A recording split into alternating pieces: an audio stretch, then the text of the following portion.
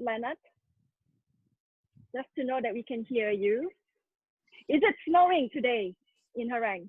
No, we have no snow today. Aha! Can I ask you, who's on the wall behind you, the pictures?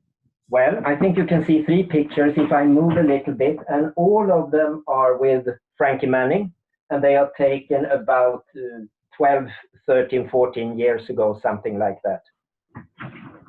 It looks still fresh and recent and everlasting, doesn't it? Yeah, but last time Frankie was in Sweden and Herrang was actually 13 years ago by now. Wow. I was going to ask you about the early years of Frankie in Herrang. Can you tell us maybe the first time he came? It must have been strange to ask him to come to Herrang and to dance in this community center. What were you thinking? I mean, Frankie came first to meet only 6 of us over here, which was in the summer of '87. And we were very dedicated, and we did a little event together with him up here. But then 2 years later, he came to what was called the Herrang Dance Camp. And from that time, the Herrang Dance Camp gradually became a big event, an international event. And also, I think Frankie became very comfortable coming here every year. But of course, it was kind of new when Frankie showed up. We have had Al Mintz here before, but when Frankie came, it was the big breakthrough for Lindy hopping in Sweden, I would say. Why do you say that?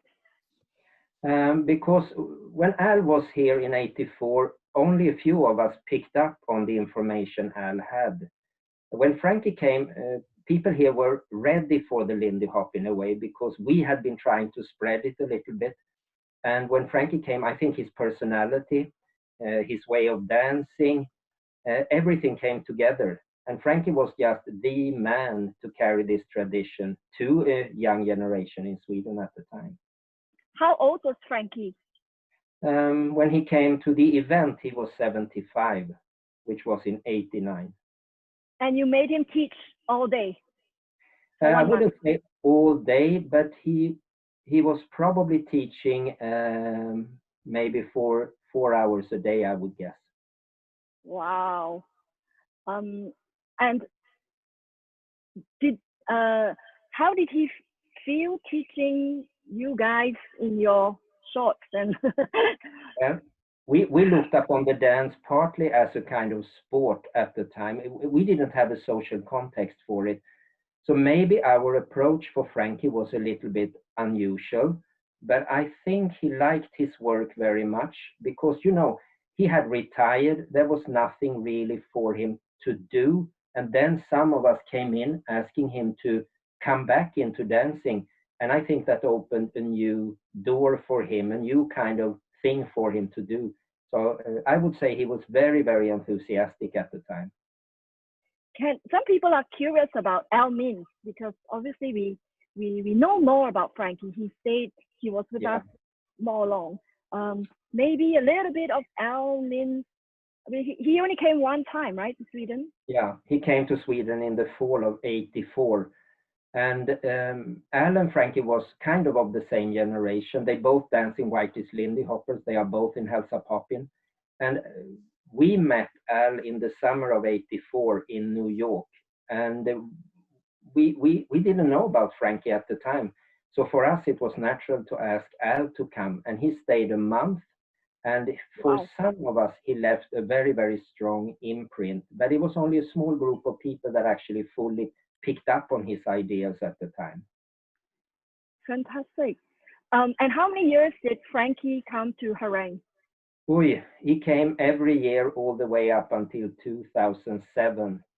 So if you count it together all the weeks, I think he spent 1.5 years in Herrang. Over how many years was that? From 1987, and then there was nothing in '88, and then he came '89 and all the way up until 2007. Okay, the maths people, please calculate that. I'm busy. Frankie also, Norma Miller also came, and Dawn, and Herrang has brought together many of the elders.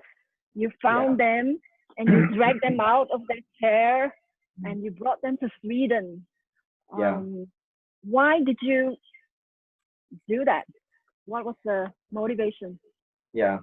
First of all, I mean, we didn't find all these people, if we may use that word. They were already kind of recognized in New York and sometimes in other places too. But those of us running the Herrang Dance Camp at the time, we had a strong interest in history. So for us, it was natural to try to bring a handful of the old timers every year. And Frankie was, of course, the center because Al Mincy, he had already passed away at the time. So Frankie was the center, and then you had 2, 3, 4, 5, 6, 7, something like that, of other old timers coming every year. And for us, that was unique because it was those people we could watch in the movies, we could read about in the books. They had the know-how. We only had the interest. Yeah, I think that's what is so unique about Harang, that it gathers all that historical people and for not just a weekend, but now how long does Harang last? Nowadays, excluding this year, of course, it lasts for 5 weeks. But back in the days, it started out with 1 week in the early 80s before Frankie came, and then 2 weeks around the time when Frankie showed up. So Frankie normally he stayed for the entire camp period, plus maybe 1 day extra in Stockholm. So for many years in the late 90s and so on, it was for 3 or 4 or later on 5 weeks also. So he stayed for quite some time and left a very, very strong imprint at the time. Yeah, I think many Lindy hoppers, when they start to dance, they don't see the history, or they don't realize that there's this big history behind, right? Because they just see here and now, this dance, I like it, la la la la. And they come to Harang, and then there's a lecture, and then there's a story, and you sit down, and wow, suddenly the door is open, and the curtain is moved, and they see the history. It's very hard for us to say today what would have happened with the Lindy Hop without Frankie, because Frankie was the link between the past and the present, and he had the know-how. And as I said before, he was just the right kind of person to be that link because of his personality and because of his dedication. Can you talk more? Sorry. Oh, sorry. This is Hong Wei. Hi, Lennart. There are lots of questions here for Lennart, one of which is from Kadians. She actually wanted to know more about someone like Al Means. I wonder if Lennart, you know something about Al Means and you can share with us. I have an echo, but anyway, I think the question was if I could share something around Al Means. That's right. Well, when we met him, we kind of thought, because we didn't understand the nature of the Lindy Hop fully at the time. So when he danced the Lindy Hop, we thought that his way of dancing, that was the only way to dance the Lindy Hop. So when we met Frankie a few years later, it was very interesting because Frankie danced very, very different from Al. And in the beginning, we even asked Frankie questions like, are you still doing the Lindy Hop or is it another dance? Because they had so much of a difference, but at the same time later on, we saw, of course, they were inside the same frame. So Al was very easy to understand, and he danced very basic with a very relaxed approach, while Frankie was much more tricky. Frankie was much more tricky at the time, and we couldn't really pick up things from Frankie in the beginning. But from Al, it was easier because he danced in a way that we today talk about as the basics. I've never heard Frankie being called tricky before. Oh, he was, for us, he was tricky. You have to remember, we didn't know that very much at the time. The know-how we had at the time, that's probably something people can pick up today within a couple of weeks or a couple of months or something, but we didn't have that background. So we had another point of view than people have today. Yes, yes, yes. And there's another question from all the participants, Nathaniel. He was wondering, how did you, Lennart, how did you get into swing dancing? I started with a Swedish dance called Jitterbug back in the, it's about 40 years ago, 1980, and it was danced to rock and roll music. Um, I, I liked it. I competed a little bit, and then one day this book that some of you have read, Marshall Stern's Jazz Dance, ended up in front of me. And when I read the book, of course, me and a few of my friends, we understood that behind this jitterbug that we were doing was something much more substantial. So very soon we were trying to find out more, and we traveled to New York. And around that time, I understood that I wanted to do something serious with this dance, not just have it as a fun thing once or twice a week or something. So that was the beginning. I see. And there are a couple of quite personal questions. Miss Angela Andrews and her mom say hello to you, Lennart. Oh, hi. And they are interested in your attire. Miss Angela, your clothes. Angela wonders whether you're wearing trousers to that suit or not. Well, and Sinclair asked whether you still have the red color shorts from Herrang. I have a pair of jeans to this, but I have the trousers next to me, but I only have a pair of jeans actually on right now. We have many friends here to say hello to you. They are watching, and we won't find them. Jasmine is here. Yeah. Dawn is here from London. So you can just say hello. I say hello to them also, of course. And of course, Angela is there. And Oh, we've hey, got Angela. we have some friendly Swedish people, Matthias and Hannah. Of So course. you can say hello to them.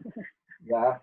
I met Hannah a few weeks ago. She was working at a school not far away from Herrang, and she was having dance classes, quite cold weather, outdoors with all the kids. So some dance teachers are very enthusiastic. I'm impressed. I heard it snowed in Herrang last week or something. Yep, 3 days in a row. We had a little bit of snow, so it was cold. It was around freezing point nighttime. Oh, oh. We're gonna end with this little chat soon, but maybe you can forecast what will happen to Herrang Dance Camp. Give us some hope. Not for this year, of course. I think nothing will happen this year. There might be something over the internet, possibly, but nothing else. Next year, we are planning to come back with Herrang, of course, but exactly how and for how long, it's impossible to say, because we have to wait, as well as many other organizers, I think, until the last moment when you can make a decision. So I would say we know more in the later part of the fall, something like that. Then we will know what 2021 will look like. It's impossible to predict anything now, isn't it? Yeah, it's too unpredictable, the whole situation. Will the airlines run? Will people be afraid of traveling? Will people have money? Will Sweden has restrictions? You know, it's a lot of parameters we can't deal with, really. It's very, very complicated. But you know, one thing that we are sure of is that you know how to Zoom now. Or we have a way to find you. Without my good friend Brad, nothing would have happened. Thank you very much, Lennart. I do acknowledge, let me tell everybody, I really acknowledge this is a very, very big favor that Lennart has done for us. He is not usually on any sort of technology, but he has very, very kindly, and it means a lot to me. And I know he did it as a big, big favor.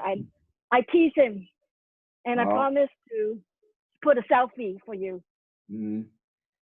This is an exception, and this is very much for Sing, because the rest of you listening to this, I just want to say it. Sing is one of those people that have worked for this dance for a long, long time, and she is doing a lot of good stuff for this dance in the background, in the forefront. So Sing, this is very much for you why I made this exception. I know. I appreciate it. Thank you so much.